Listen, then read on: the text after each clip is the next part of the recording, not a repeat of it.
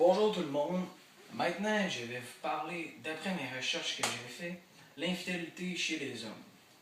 D'après la journaliste Katia Merand, les hommes se séparent souvent à cause d'une question d'amour et de sexe. Selon elle, la majorité des hommes ont déjà trompé leur partenaire dû à ces faits. Voici les 4 raisons principales de l'infidélité chez les hommes. La première se trouve à être l'insatisfaction sexuelle. Secondement, il s'agit des disputes dans les couples. La troisième raison, c'est que l'homme ne se sent plus désiré comme dans les débuts de la relation. Finalement, la dernière raison est un entourage avec d'autres femmes tentantes. À présent, je vais vous expliquer qu'est-ce que l'infidélité selon les hommes. Alors que celles-ci se sentent coupables dès qu'elles fantasment sur un homme, les hommes ne voient aucun mal à aller faire du cybersexe ou se rendre dans des clubs de danseuses ou des studios de massage érotique.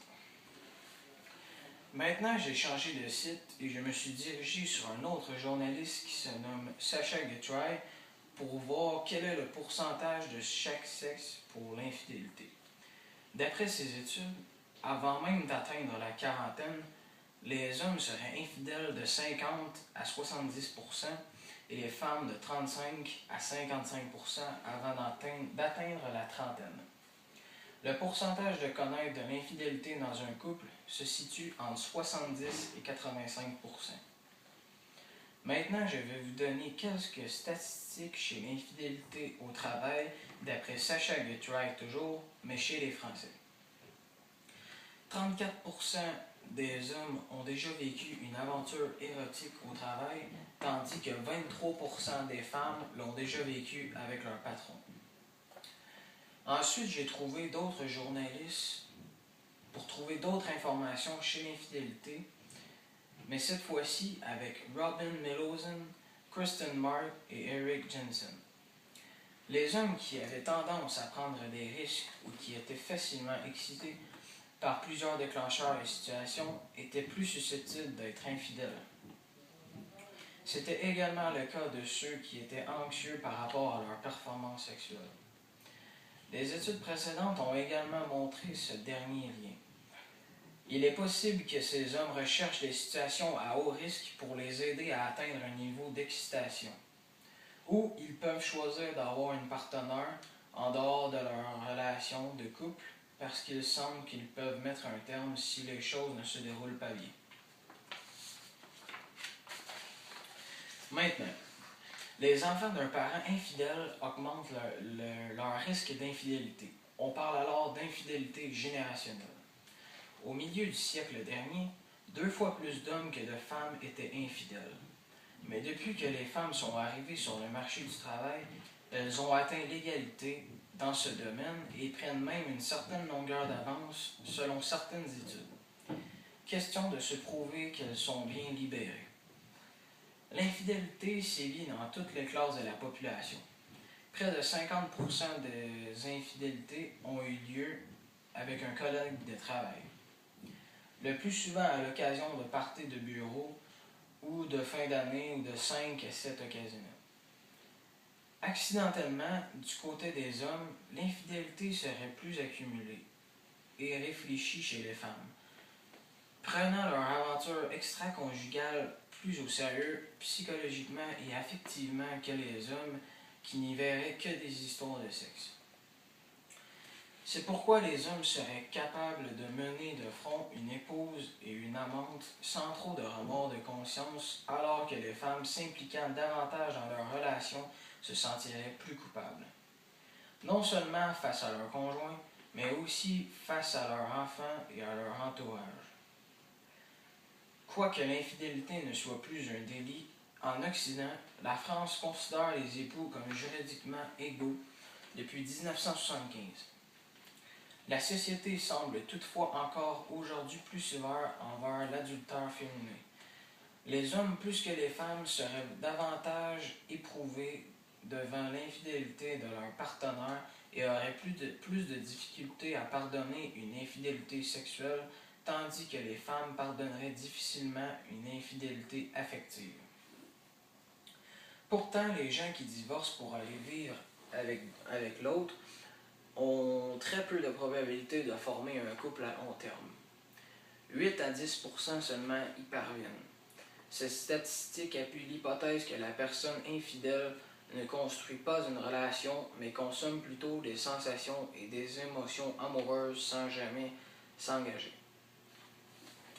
Maintenant, voici mon deuxième sujet que j'ai décidé de choisir. Il s'agit d'embrasser une personne sur la bouche. Est-ce un début d'engagement dans une relation ou un simple plaisir? Le baiser sous toutes ses formes. On embrasse quelqu'un comme on embrasse une cause. Ce qui se traduit mot par prendre dans ses bras, entourer de ses bras. Maintenant, il reste la forme, la façon dont c'est passé. Par exemple, si on embrasse un juge, il nous écoute. Un enfant donne satisfaction. Le baiser onirique est un beau présage à quelques rares exceptions près, qui parvient de succès et de facilité dans sa vie professionnelle. Et à être embrassé par quelqu'un, il faut réfléchir à ce qu'on peut apporter, car l'autre peut tenter de s'appuyer sur nous dans quelques cas. Après ce petit résumé du baiser, je vais maintenant vous parler de recevoir un baiser, donner un baiser normal, embrasser celui ou celle que l'on aime et un baiser sur la bouche. Premièrement, quand on reçoit un baiser, cela signifie pour un célibataire être embrassé une personne de sexe opposé signifie qu'il cherche à se sortir des contraintes en acceptant de lourds compromis. Pour le marié, recevoir un baiser peut annoncer divers ennuis dans le couple, une infidélité possible. Mais ceci est à nuancer en fonction de qui nous embrasse et de la partie du visage ou du corps qui est embrassée. Donner le baiser normal. Il confirme une détente dans le quotidien, une période affective heureuse, une ambiance porteuse pour les activités. L'environnement est bienveillant. L'entourage intègre et sincère de sentiments. Surprise agréable, rafraîchissement réparatrice qui soulage d'une période difficile récente. Ce baiser-là équivaut à une accolade. Un baiser sur la bouche est complètement différent qu'un baiser sur la joue. Mais pourquoi?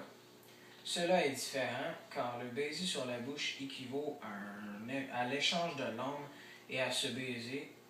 Et ce baiser est la preuve de l'amour porté à une personne. De nos jours, le baiser est moins considéré comme un gage d'amour car nos sociétés occidentales sont plus libres de mouvement qu'avant. Dans l'ancien temps, une femme embrassant volontairement un homme que son mari ou son futur époux était possible de mort. Il prenait ce geste pour de l'infidélité et cela est toujours considéré comme de l'infidélité même si la femme n'est plus envoyée sur le bûcher au simple baiser échangé avec une autre personne. Nos sociétés ont évolué, mais dans les pays du tiers-monde, la chose n'a particulièrement pas changé. Maintenant, je vais vous donner mon opinion sur le premier texte que j'ai résumé sur l'infidélité chez les hommes. Moi, personnellement, je ne rentre pas dans les gros pourcentages des hommes qui peuvent être infidèles avec leur partenaire, car je trouve ça mal de faire du mal à la personne que l'on aime. D'après moi, si on sort avec une fille et que l'on en aime une autre, il faudrait mieux laisser la première, car sinon tu n'aurais jamais pensé à l'autre fille. Mais avant, il vaudrait mieux en parler que d'agir tout de suite, sinon tu peux profondément blesser la personne que tu aimais. Être fidèle envers la personne qu'on aime est super important pour moi. De plus, je trouve qu'être infidèle à la personne qu'on est supposé aimer est étrange, car si nous aimons vraiment cette personne, il ne devrait y avoir aucun cas d'infidélité. Pour répondre à cette question, je m'appuie sur le témoignage d'un de mes compagnons qui a dit ceci. S'il n'y aurait aucun problème dans le couple, il n'y aurait pas d'infidélité. Je suis complètement d'accord avec cela et j'approuve en tout au point. Maintenant, le deuxième texte sur le baiser, eh bien pour moi, si j'embrasse une personne sur la bouche, cela signifie que j'éprouve un sentiment d'amour pour elle, mais pour le plaisir, je trouve que ça se fait pas trop. Embrasser quelqu'un sur une joue, exemple, ça je trouve ça correct, car cela exprime un sentiment d'amour paternel ou d'amitié. Merci beaucoup d'avoir écouté mes opinions et mes textes. À la prochaine.